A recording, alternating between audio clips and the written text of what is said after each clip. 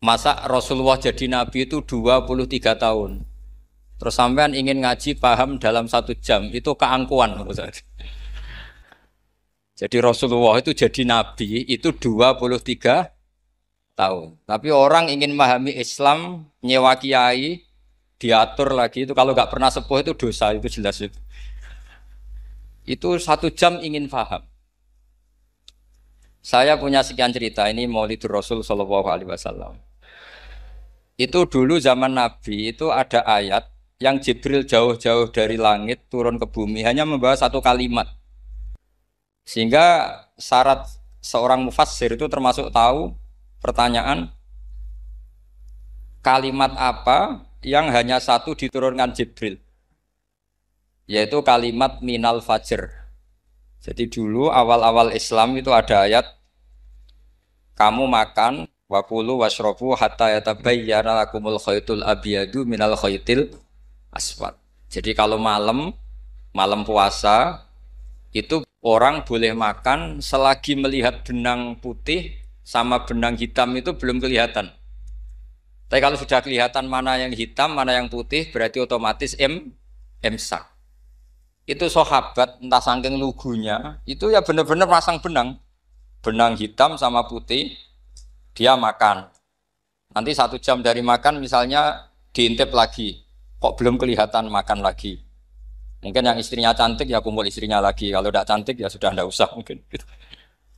Sampai itu jadi perilaku sahabat berhari-hari. Ketika dilaporkan ke Rasulullah, Rasulullah itu tertawa-tawa. Kok ada begitu? Baru Jibril datang menerangkan minal fajr. Jadi benang hitam artinya masih malam, benang putih maknanya sudah fajar shadiq. Itu lama sekali. Saya terus mau cerita tentang sanad-sanad ilmu. Jadi Nabi itu 23 tahun. Dan itu tidak gampang, ada fasenya.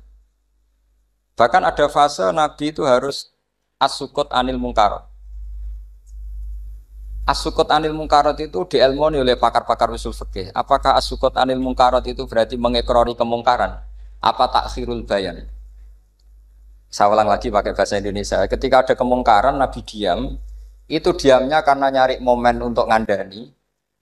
Atau memang diam itu dengan tanda kutip jangan-jangan dianggap ikrar.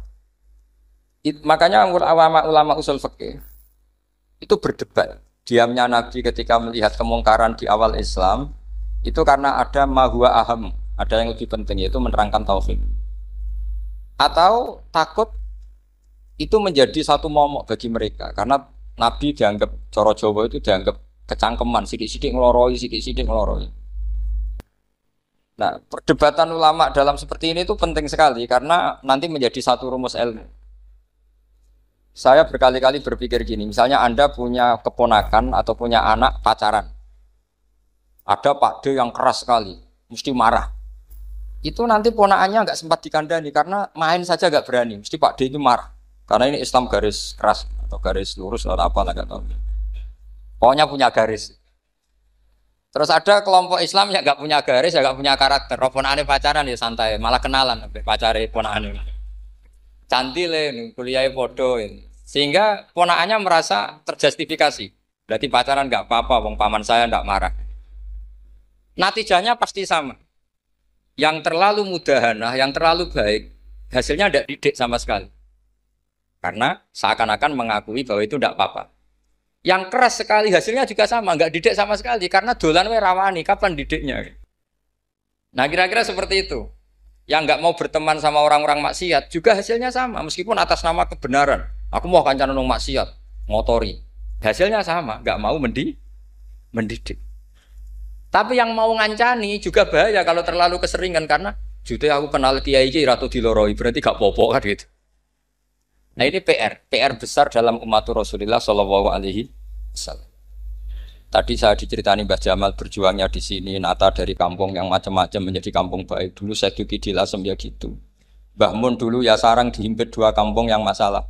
Tapi lama-lama terus jadi kampung yang baik lewat tarbiyah, luar biasa. Maka ketika kemungkaran kita biarkan, itu namanya apa? Namanya itu kalau dalam usul fikih itu takhirul bayan. Apa? mengundurkan memberi apa? Penjelasan. Karena sekali tidak dengan definisi ini, nanti takutnya dianggap al-iqrar alal mungkar, dianggap ngakui kemungkar. Nah, saya termasuk orang yang sangat usuli ya, sangat memahami Quran, hadis itu secara disiplin ilmu usul fikih. Nah, kenapa itu satu keharusan begini logikanya? Saya ulang lagi, Nabi jadi Nabi itu 23 apa? Itu yang menyokong beliau jadi Nabi itu orang Nasrani dan orang Yahudi.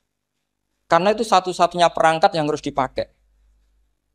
NU belum ada, sama nggak usah GR bela Nabi. NU pas itu belum ada.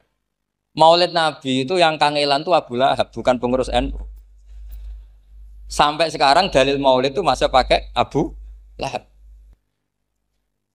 Jadi ini ya NU itu termasuk organisasi yang luar biasa. Abu Lahab ya jadi dalil. Jadi Abu Lahab dengar kalau iparnya Abu Lahab itu iparnya Aminah, iparnya Sayyidah siapa? Dengar Aminah lahir, nggak punya suami, saking senengnya candalemnya beliau, itu dimerdekakan. Ya setidaknya untuk hari Senin tak sebut beliau, karena pas soleh.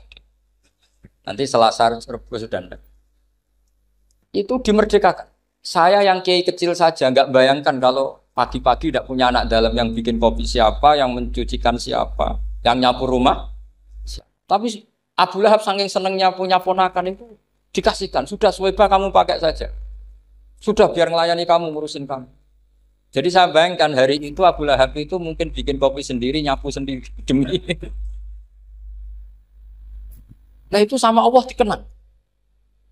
Dikenang sehingga yukhaffafu anhul adzabu yaumal isnan itu masyhur. Idza kana hadza kafiron ja'a dhammuhu bi tabbat yadahu fil jahimi muhal lada ata annahu fi yaumil isnaini daiman yukhaffafu anhu lisururi bi ahmada famadzannu bil abdil ladzi kana umruhu bi ahmada masruran wa mata muwahhidan. Ini Abu Lahab yang kafir, hormat Maulidur Rasul saja dapat takhfiful adab, apalagi yang mukmin. Jadi itu satu-satunya dalil Maulid, itu dalilnya Abu Lahab. Ya makanya terus kita itu dibully sama kelompok sebelah, dalil kok Abu Lahab. Tapi saya pastikan awal Islam itu yang menjadi perangkat nubuwah itu hanya Yahudi dan Nasrani. Karena yang lainnya nggak tahu Nabi itu apa.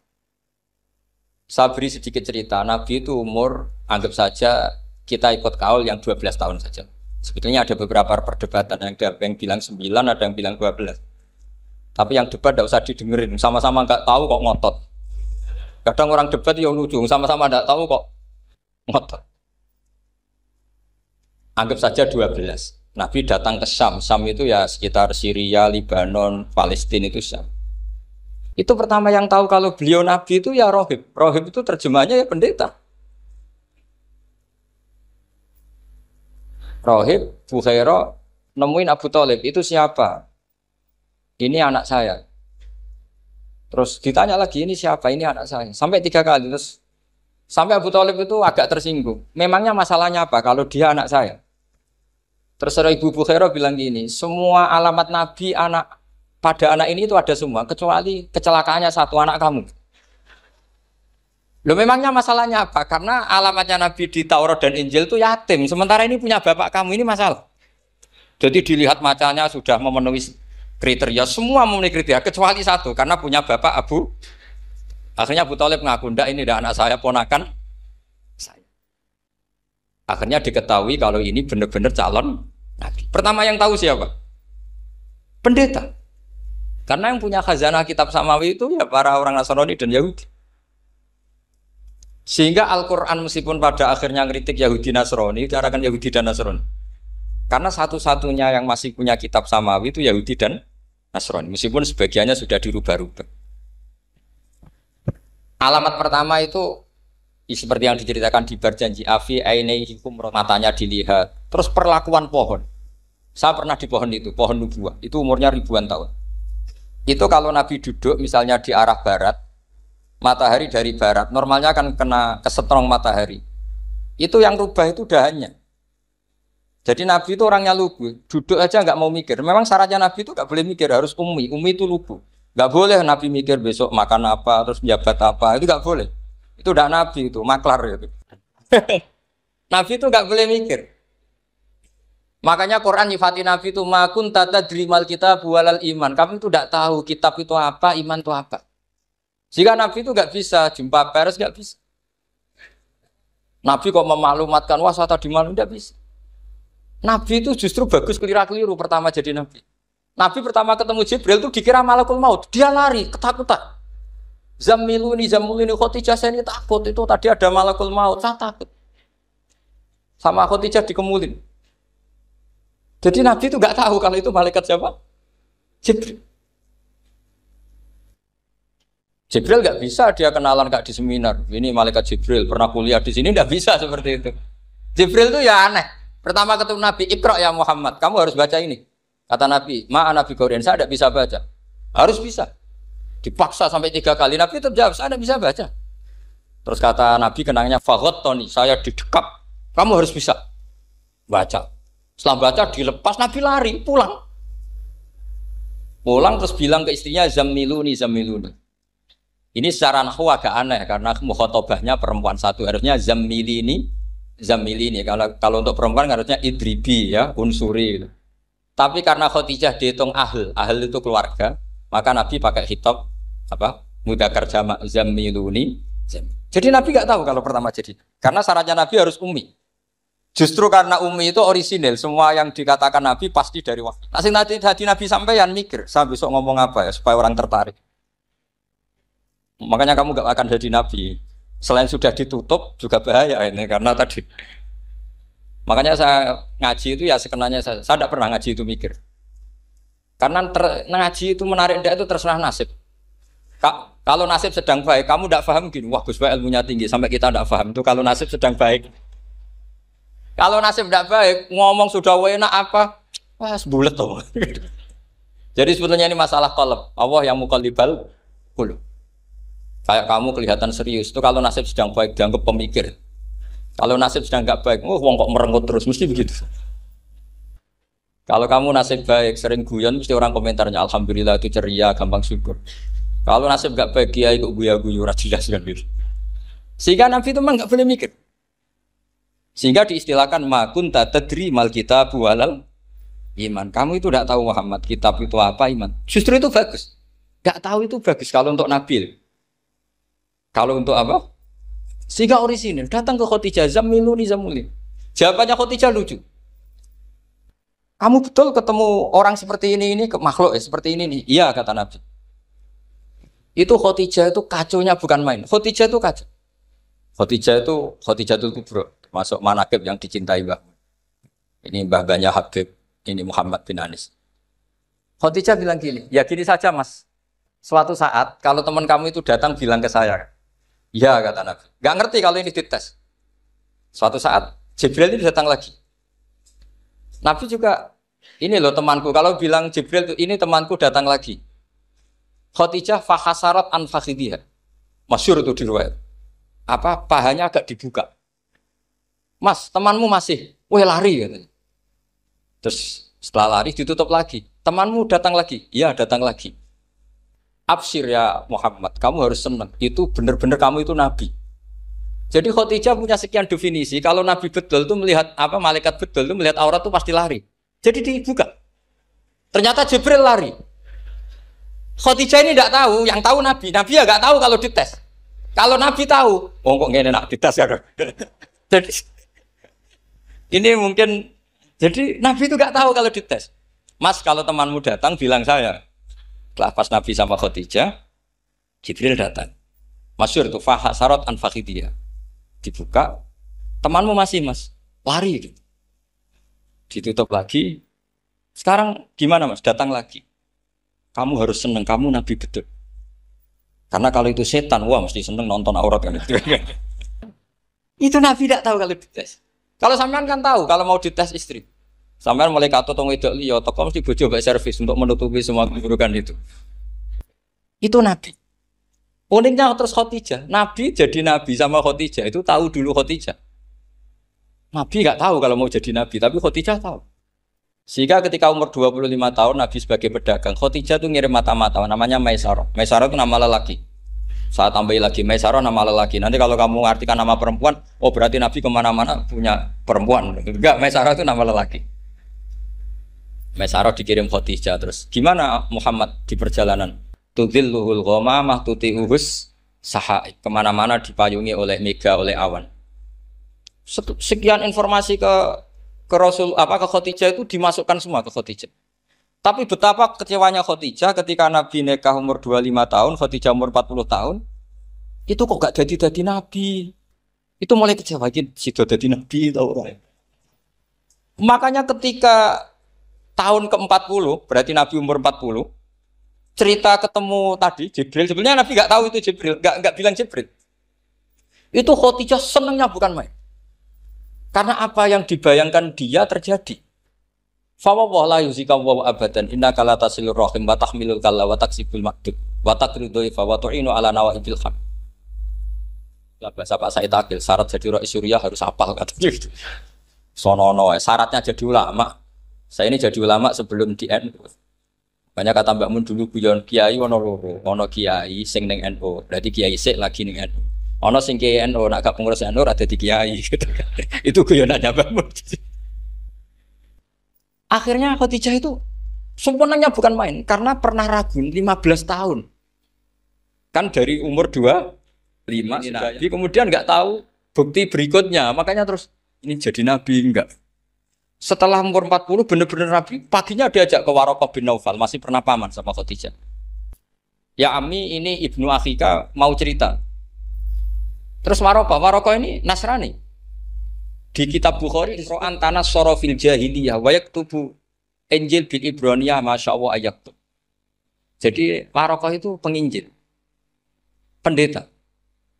Tapi nanti loh kamu jangan salah paham terus kayak pendeta sekarang enggak ada periode di mana Injil masih asli dan ada periode ini yang sudah muharraf.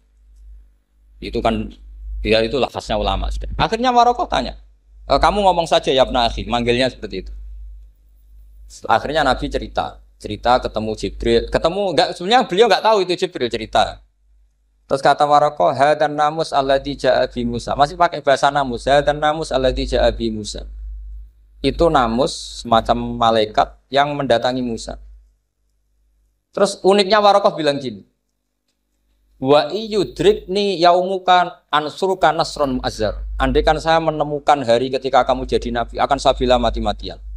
Kapan itu, paman? Khina yukhrijuka kaumu, ketika kamu diusir oleh kaum kamu. Nabi sebagai orang baik, makanya GR jadi orang baik itu ya boleh. Nabi sebagai orang baik itu tanya, awamu khrijiyahum. Kalau kiai-kiai maknani awamu khrijiyah ana ta iku wong sing ngetono ingsun hum ta kaumi.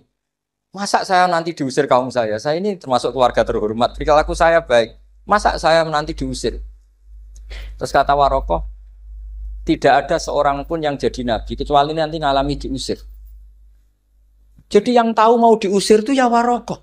Nabi malah tanya, masa saya nanti diusir? Karena tadi syaratnya Nabi harus ummi. Ummi itu keibu-ibuan.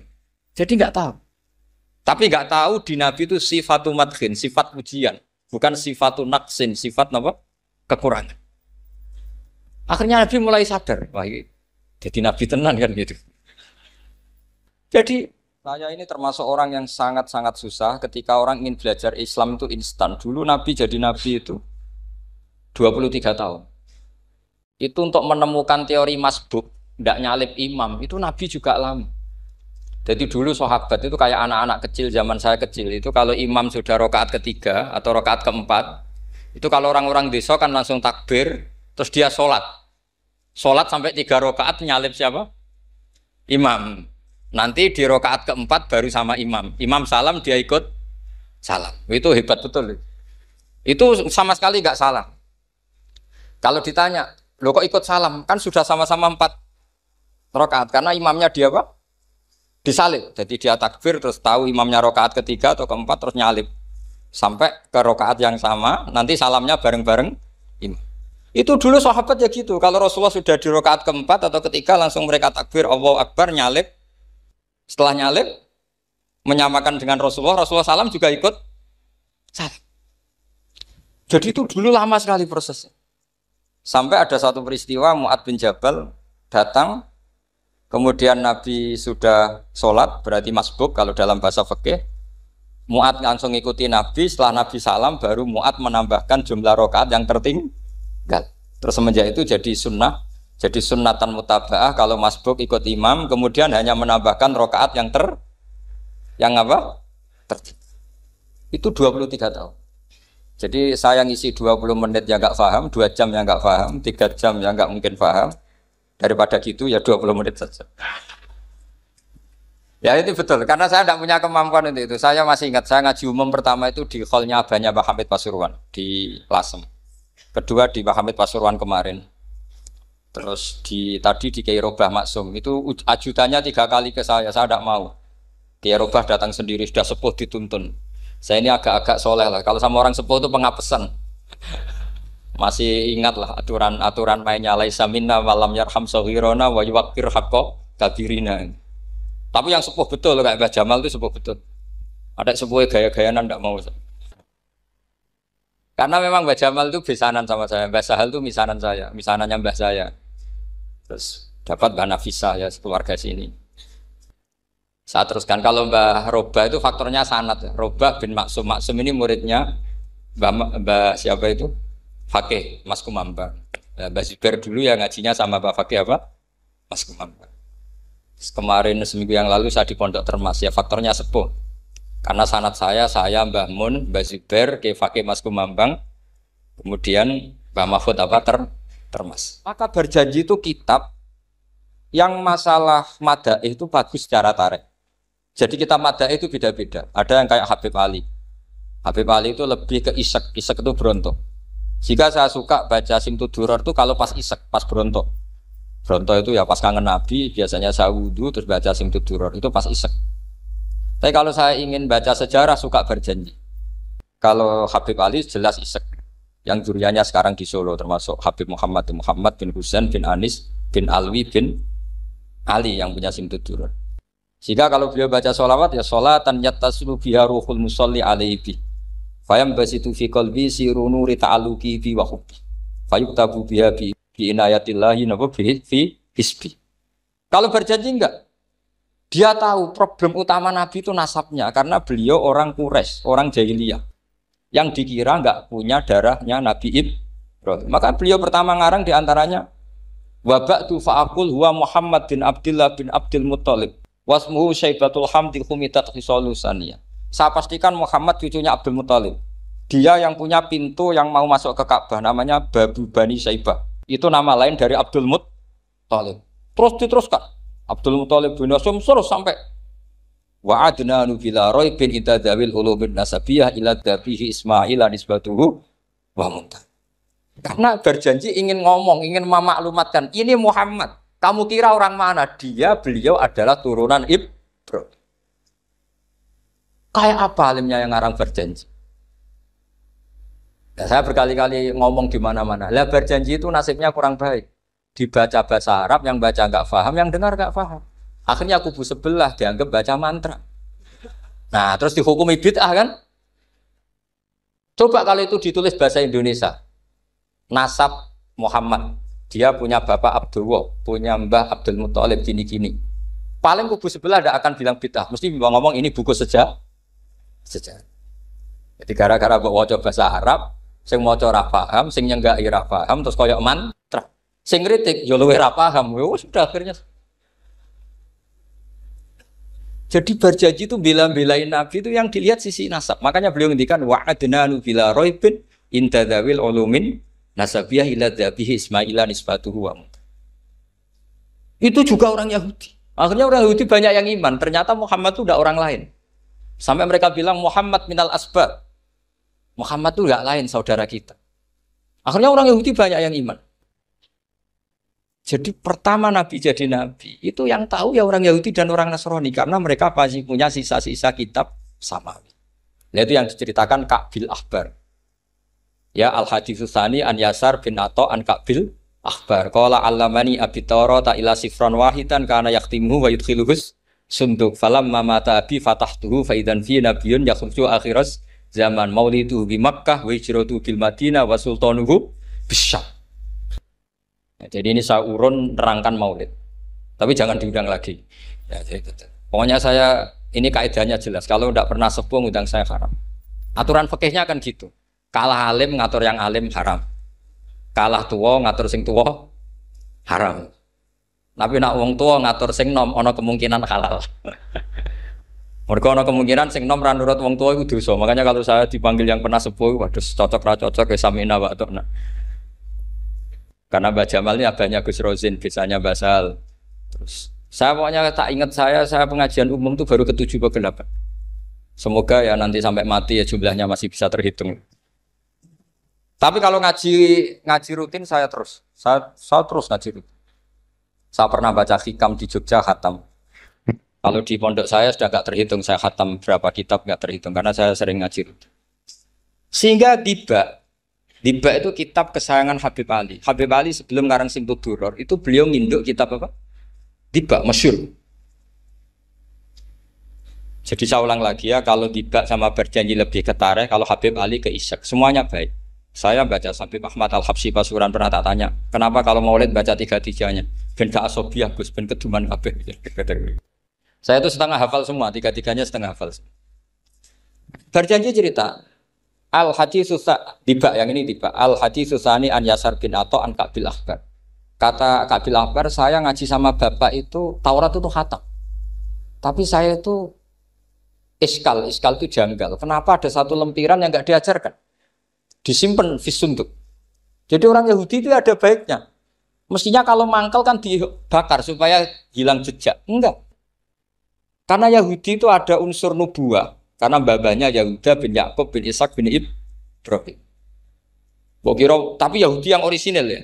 Saya berkali-kali ngaji bilang Israel itu kalimatu madhin, pujian. Sehingga Israel disebut wa ani faddaltukum alal alam itu Israel yang bani, karena ada gennya Nabi. Kalau Israel yang sekarang itu nation, sebuah negara. Mereka ada yang Zionis, ada yang turunan Eropa, Amerika, terus Islamfobia. Itu beda Israel yang negara dengan Israel yang bani. Kalau yang bani itu ada unsur gen para apa? Nabi, sehingga ya bani Israel. Tapi kalau Israel sekarang nama sebuah negara. Sehingga ketika Allah bilang ya bani Israel itu khitabnya pada penduduk Madinah.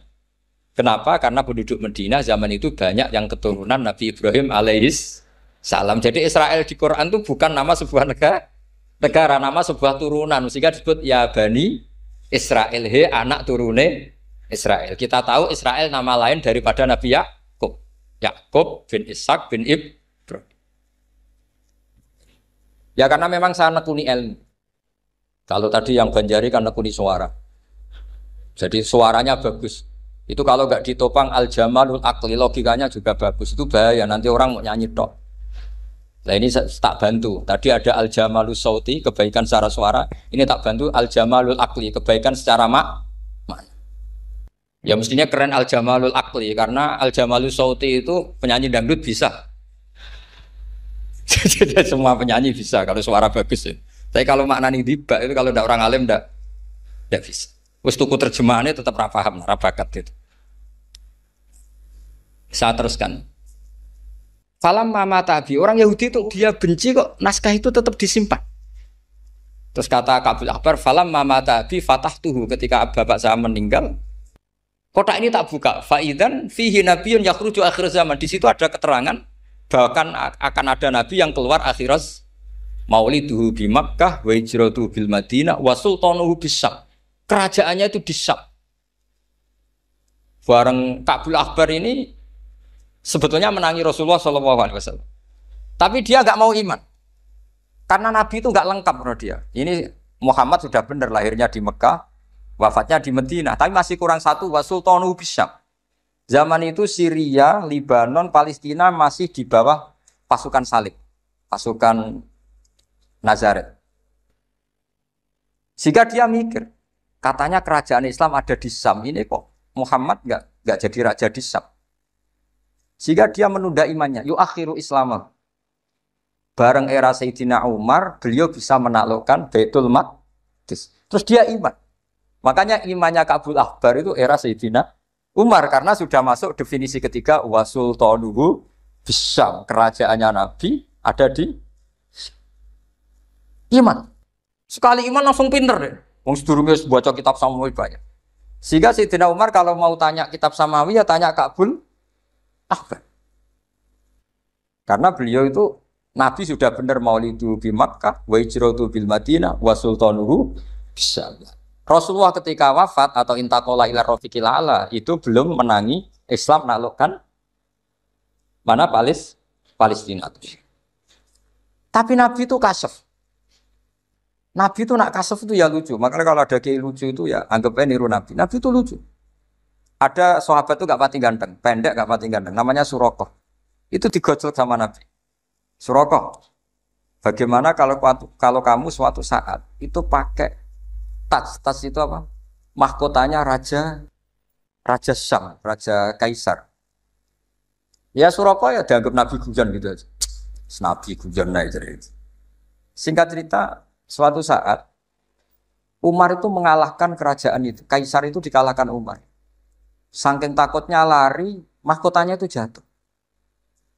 Jatuh disaksikan Surakoh. Terus ingat, dulu Nabi pernah ngendikan itu disuruh pakai saya. Akhirnya sama Surakoh dipakai. Ya tetap orang ganteng, orang ganteng. Padahal sudah pakai mahkota guys. Karena setelah dipakai, kata Umar, ikhla'ha. Itu dicopot. Mau saya pakai untuk Baitul Muslimin, untuk Baitul Mal. Kata Surakoh, bukankah Nabi ngendikan kalau ini yang pakai saya? Jawabnya Umar, innama yaqulu Rasulullah lital bisaha, walam yaqul litam likaha. Kata Nabi hanya ngendikan kamu disuruh pakai, tapi tidak disuruh memiliki. Kayak apa Rasulullah kasefnya? Itu kata orang-orang yang pernah ke Turki. Saya belum pernah ke Turki, tapi saya hafal hadis sahih ini. Itu ditulis di masjid Turki itu. Lataf tahunnal Konstantinia. Kamu akan bisa mengalahkan pasukan Konstantinopel. Itu dikalahkan setelah 1000 sekian tahun dari wafatnya Nabi. Kayak apa kasifnya Nabi? Karena Nabi wa ma yantiqu anil hawa in huwa illa wahyu. Coba kalau Nabi kayak pengamat, ngomong apa yang kira-kira terjadi? Wah itu kan mesti keliru semua karena berdasar akal. Tapi kalau Nabi berdasar apa? Kasuf. Kasuf itu satu apa? Kenyataan yang dipertontonkan Allah Subhanahu wa taala. Terus kedua, alamat Nabi itu pakai sandi. Sandi itu sesuatu yang enggak jelas tapi menjadi jelas bagi ahlinya. Saya ulang lagi, sandi itu kayak sandi di militer itu. Atau sandi di KPK itu ada sandinya. Sandi itu ya kata sandi. Saya pernah diceritani Pak Busro Mukoddas ketika ketua KPK itu lucu. Wah sandinya koruptor saya tambah kacau Pak. Itu kalau bilang uang itu kalau yang kemarin rame kan apel Amerika sama apel Malang. Kalau apel Amerika berarti US apa? Dolar, kalau apel Malang berarti apa? Setelah KPK tahu sandinya diganti Ustadz. Jadi koruptor kalau mau korupsi nelpon temannya. Loh ini Ustadznya sudah siap loh, kamu gak ikut pengajian. Itu sempat penyadap KPK itu gak mau ngecek. Masa orang pengajian dicek. Ternyata ya gak ada acara pengajian. Ustadz itu maknanya uang. Koruptor saking ngerti itu disadap KPK itu sandinya gimana?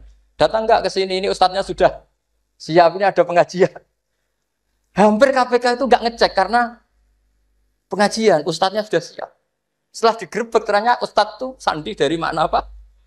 Uang, gak kurang ajar itu ustadz katanya. Jadi kalau di sini ditangkap KPK berapa ustadz ini sudah? Ada Habibnya lagi, ada Habib Muhammad ini.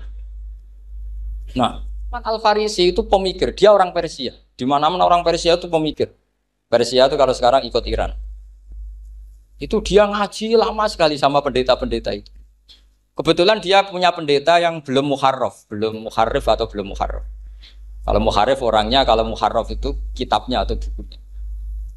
Setiap dia ngaji sama pendeta dikasih tahu. Terus kecewa beberapa kali, walhasil ketemu pendeta yang benar. Sudah, kamu tidak usah ngaji sama saya. Kamu datang saja ke Yasrib, ke Madinah sana, ke Yasrib. Di situ Nabi akhir zaman sekarang sudah ada kan. Ini yang ngomong pendeta. Ya.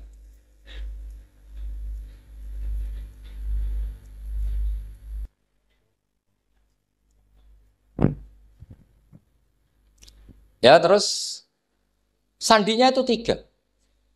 Itu aneh semua sandi. Sandinya pertama layak balus sodaqah. Lalu saya tahu kalau itu Nabi gimana. Pas itu posisi di Babylon. Babylon itu sekarang ikut Irak. Babylon itu ikut Irak. Dia orang Persia, kira-kira sekarang Iran. Terus dia kerja di Babylon, kalau sekarang ikut Irak. Makanya ada yang cerita Nabi Ibrahim itu orang Babylon, berarti orang mana? Irak. Kemudian pindah ke Syam, kemudian sempat hidup di mana? Makkah.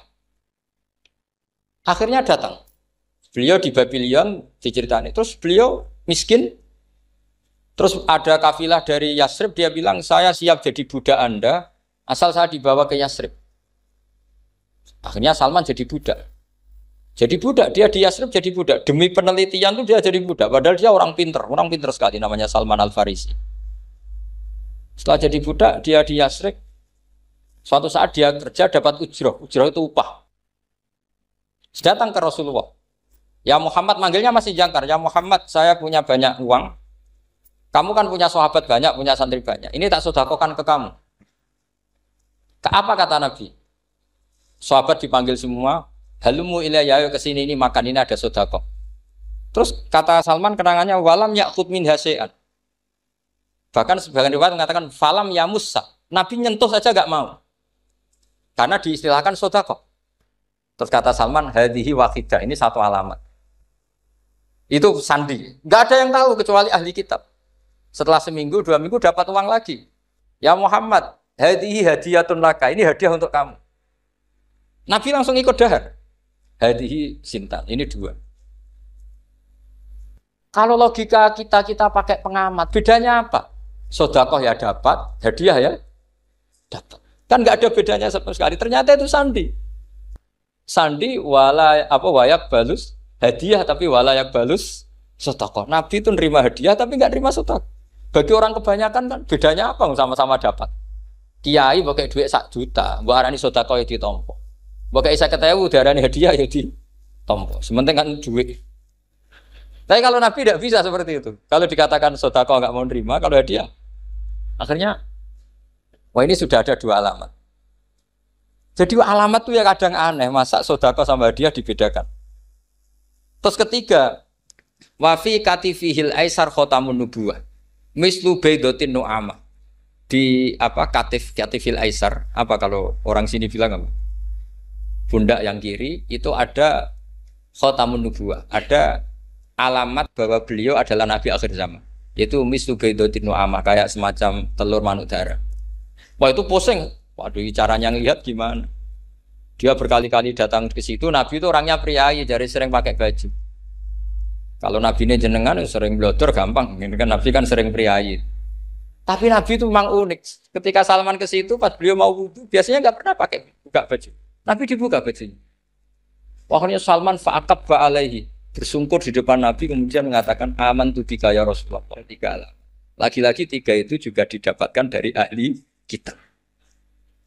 Makanya di awal-awal Islam itu ahli kitab itu luar biasa. Meskipun akhirnya di akhir-akhir masalah karena banyak oknum yang mentahrif itu. Jadi saya mohon ilmu-ilmu seperti nggak boleh hilang. Jangan mentang-mentang orang Yahudi Nasrani sekarang sudah muharraf, kamu terus anti sama sekali. Tetap ada sisa-sisa samawi. Karena mereka masih megang kitab apa? Samawi. Jadi kita fair saja. Yang salah ya salah, yang benar gini apa?